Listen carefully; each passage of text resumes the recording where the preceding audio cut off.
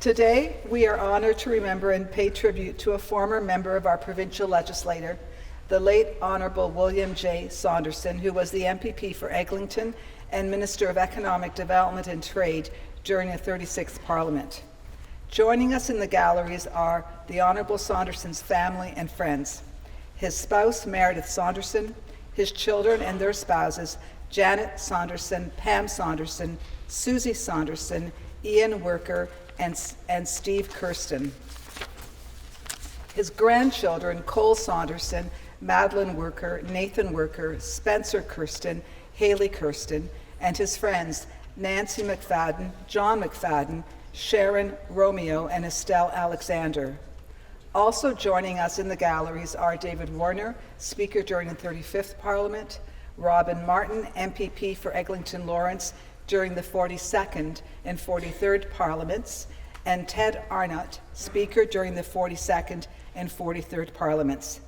The member from Simcoe Grey is also watching the tribute for his father from his seat. Welcome all.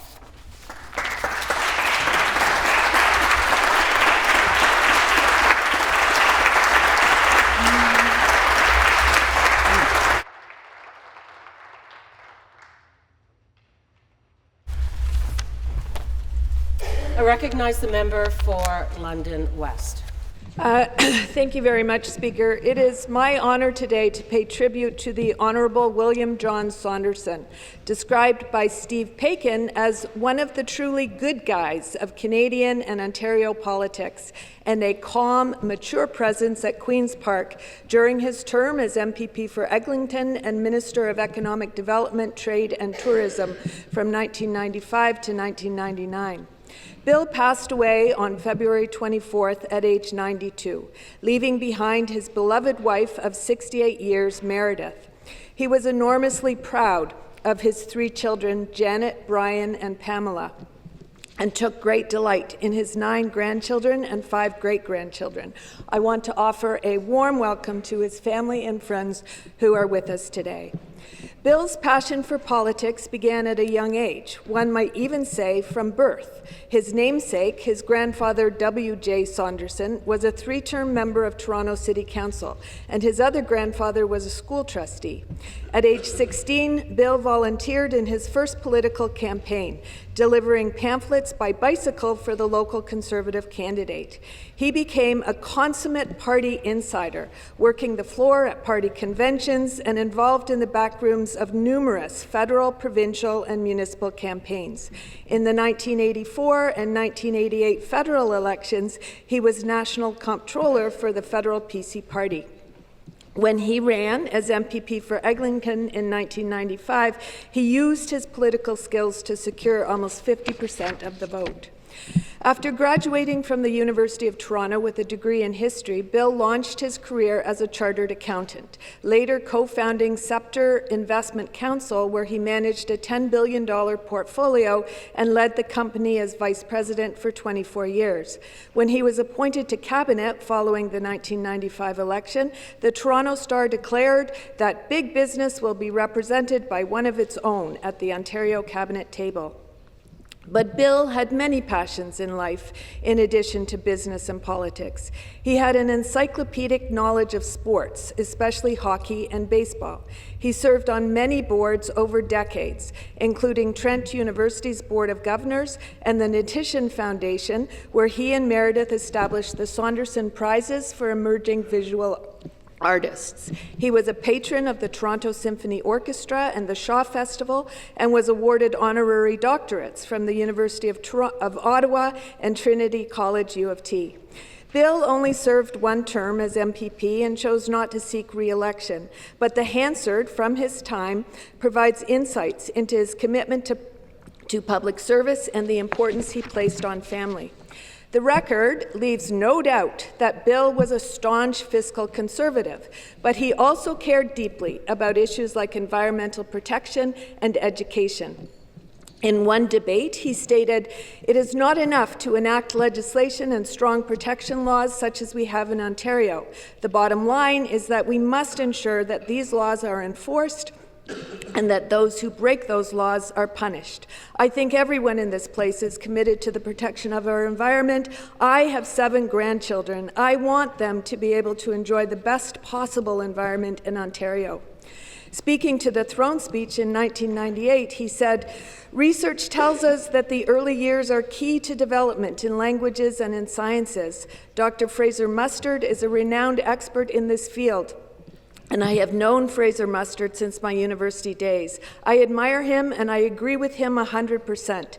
As I watch my own grandchildren, and I'd like to name them, Madeline, Jacob, Nathan, Nicole, Dylan, Max, and Cole, I never cease to be amazed at their ability to absorb information. I'm a great believer in early childhood education. It only takes having grandchildren to make you realize how important that is." Online condolences also give us a fuller sense of Bill the person. Former MPP John Parker wrote that Bill was a valued friend and mentor during and after the time we served together at Queen's Park. Smart, steady, calm, courteous, loyal, and dignified in every way, but also possessed of energy and determination. A family friend wrote, "I will always remember his inquisitive spirit and the insightful way he approached every conversation. I always walked away from our chats feeling inspired by his sharp mind and his interest in the world around him." Another commented, "Bill was such a kind and wonderful person, and I will always be grateful for the time I spent with him. He taught me so much about hockey, baseball, and most importantly, the value of family." Bill's legacy lives on in his distinguished professional accomplishments, in the joy he took in sports and in his Georgian Bay cottage, and most of all in his family, in his son Brian, who displays the same kind of decency, courtesy, and respect as an MPP that Bill was so admired for, in his cherished life partner Meredith, and in the children, grandchildren, and great-grandchildren he adored. Thank you so much for sharing him with us. We are deeply sorry for your loss, but better for having had Bill among us.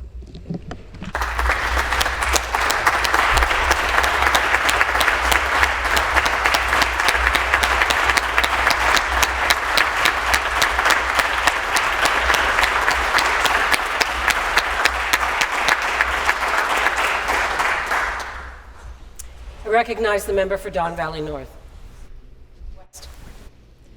Thank you, Madam Speaker. It's an honor to rise today to pay tribute to William John Saunderson, the MPP for Eglinton Lawrence during the 36th Parliament, especially as I have the honor of serving with his son, Brian. And I know that we all send our condolences to Brian and all of his family who are here today. As a fellow chartered accountant, I have a deep respect for Mr. Saunderson, and it was really wonderful to read about him and learn about his wonderful career, both in business and in politics. I am sorry I didn't have the pleasure to know him personally. But what I understand is that he was a steady presence in any room he walked into and an undeniable grounding force. Throughout his career, he was a strong advocate for taking a level-headed and balanced approach to things, whether it was finances, campaigning, and his personal relationships. In an era marked by political turbulence and charged with ideological clashes, William was the reasonable one, looking out for the rest of us, not just his team. His dedication to Canada and Ontario started from a young age, where he served as an officer in the Royal Canadian Navy. Later on in his life, many would come to describe him as captain, fearlessly leading a steadfast crew into whatever waters they may tread. That disposition was invaluable when he, along with 6 other colleagues, founded Scepter Investment Council, where he was vice president for 24 years, helping guide the firm to success and improving the financial livelihood of many of their clients. This financial know-how is perhaps why he was such a strong advocate for balanced budgets, understanding on the deepest level that to best serve its people, Ontario must first have the financial capacity to do so. His long career in politics, spanning from his time volunteering, working as the Progressive Conservative Controller nationally, and representing the people of Eglinton from 1995 to 1999, was characterized not only by his hard work, dedication, and solutions-oriented approach, but also by his vision and his innovation. As part of his portfolio while working as Minister of Economic Development, Trade and Tourism, he championed the use of emerging digital technologies to make government efforts go further and reach more people. One of his most notable projects was bringing the burgeoning internet to rural and remote parts of Canada, from the far north of Ontario to small communities on the East Coast. He was such a visionary that he even advocated for trade diversification nearly 30 years before the rest of us have caught up. As a husband, father, grandfather, and great-grandfather, Bill was always a reliable and steady presence at home, making it a warm and inviting place. He was known as an adventurous soul, seeking out opportunities to immerse himself and his family in nature, whether it was skiing, hiking, spending time at the cottage, entertaining guests, and maintaining lifelong friends. Outside of his calm and steady presence and his penchant for adventure, he was a deeply generous man, supporting causes dear to him through contributions to sports, culture, education, and healthcare. His donations to these fields have had immeasurable impacts on their recipients, launching countless careers and helping thousands to pursue their dreams. We are all fortunate enough to see Bill's legacy live on in our colleague and his son, Brian, the member for Simcoe Grey. It was really interesting to read the interview with Steve Paikin last year where Brian said, quote, "Watching Dad's career and how he made a difference through his civic and political involvement and becoming an MPP was a shining example for me." Well said, Brian. Bill Saunderson will be not only sorely missed as a political figure, but as a husband, father, grandfather, great-grandfather, and of course, a great Ontarian. He was a truly wonderful man, and I send my condolences on behalf of our Ontario Liberal caucus to his family, his wife Meredith, his daughters, Janet and Pam, of course to Brian, our legislative colleague. Thank you to his family and his friends for joining us here today, including former Speaker David Warner and my neighbor, former MPP for Eglinton Lawrence, Robin Martin. Thank you, Bill, for your many years of service. Thank you to your family, to his family, for sharing him. He clearly had a life well lived, and I know he will be deeply missed.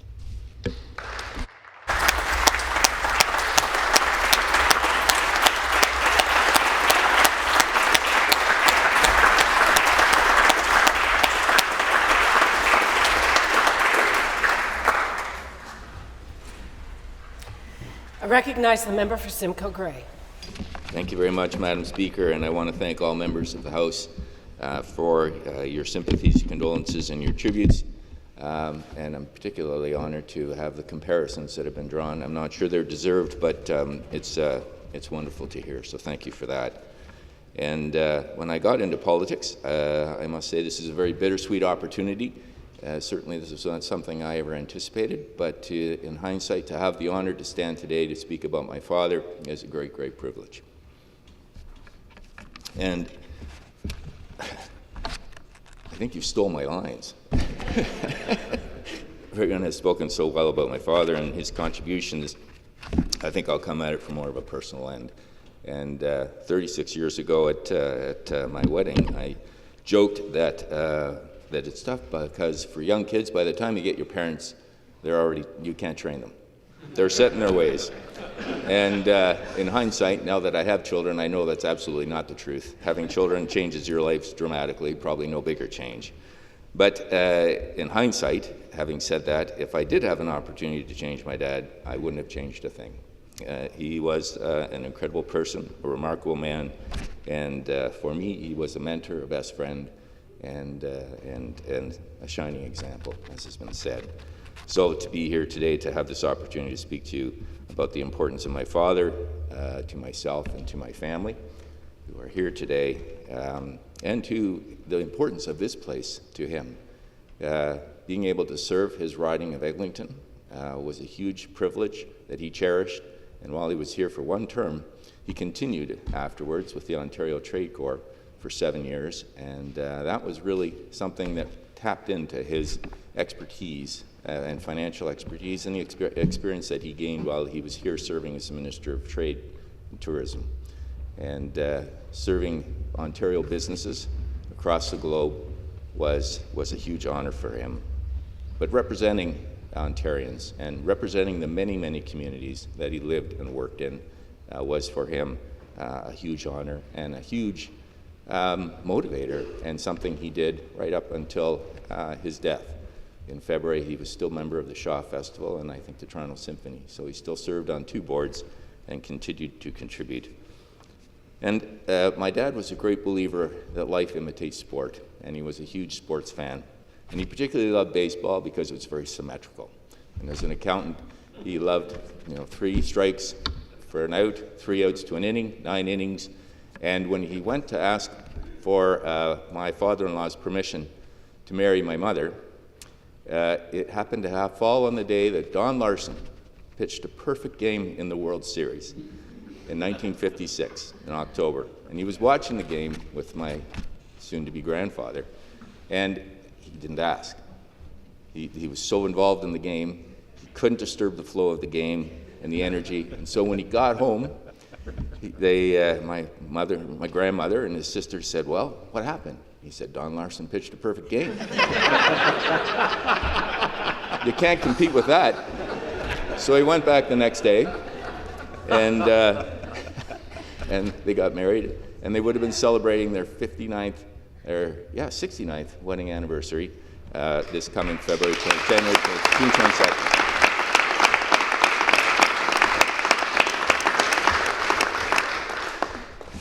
Bill was a true humanist, and he had an unshakable faith in our ability to evolve and adapt and to confront all challenges. And he was raised during the Depression, the end of the Depression, and the searing reality of World War II. Dad believed that we are responsible for improving our world, for standing up for our democratic institutions and promoting equal opportunity for all. And he believed that to core, and I think really informed all that he did in life. And his civic and community involvement on boards and fundraising campaigns, as well as his philanthropy, are testament to that humanism. He served many organizations from many sectors, from sports to the arts, from education to healthcare, and from community to professional. These commitments were significant and long-standing, dating back to the early 1970s and continuing up to his passing.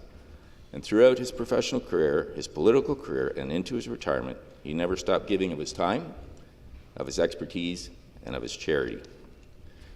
And as we have heard, politics was a lifelong passion for my father, and he came upon that honestly with his great-grandfathers, and they say that what is bred in the bone is born in the flesh, and I think that is proof of that. And from the early 1960s in Eglinton riding, he was involved in every aspect of elections, municipal, provincial, and federal, as a founding member of the Spades, an influential group that supported Dalton Camp and worked hard to change and shape progressive conservatism in his time.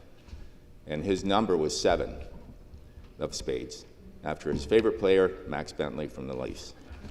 And Max was his nickname.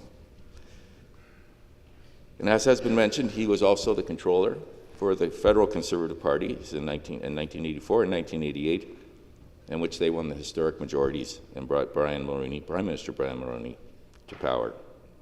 And when he ran successfully in 1995 to serve his beloved Eglinton riding, it was a highlight for him, and the opportunity to serve as Minister of Economic Development, Trade and Tourism was a huge, huge point of pride for him. He cherished that, and he honored the legacy of this place and looked forward to work every day. And while he was a very busy and accomplished man, to me, his most remarkable role was as my father. He taught me so many things: to skate on our backyard rink, to slide into second, to tackle, to water ski, to sail, and the list goes on. He coached all my Little League teams, from hockey, baseball, and football, and he was there for me whenever I needed him. From Dad, I learned that there is no shame in trying and failing, and that to know victory, you must also know defeat. From Dad, I learned that success is not measured in money or titles.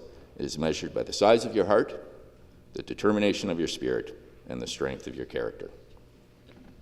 He was also an officer of the Royal Canadian Navy. And Bill was the captain of our family ship, leading us on many adventures here and abroad. He taught us how to read the skies, navigate the waters, stay calm when leaks happen, and enjoy the voyage and the spray on your face. And so, my family, thanks you for today. But more importantly, we thank our Captain Max, and we salute you.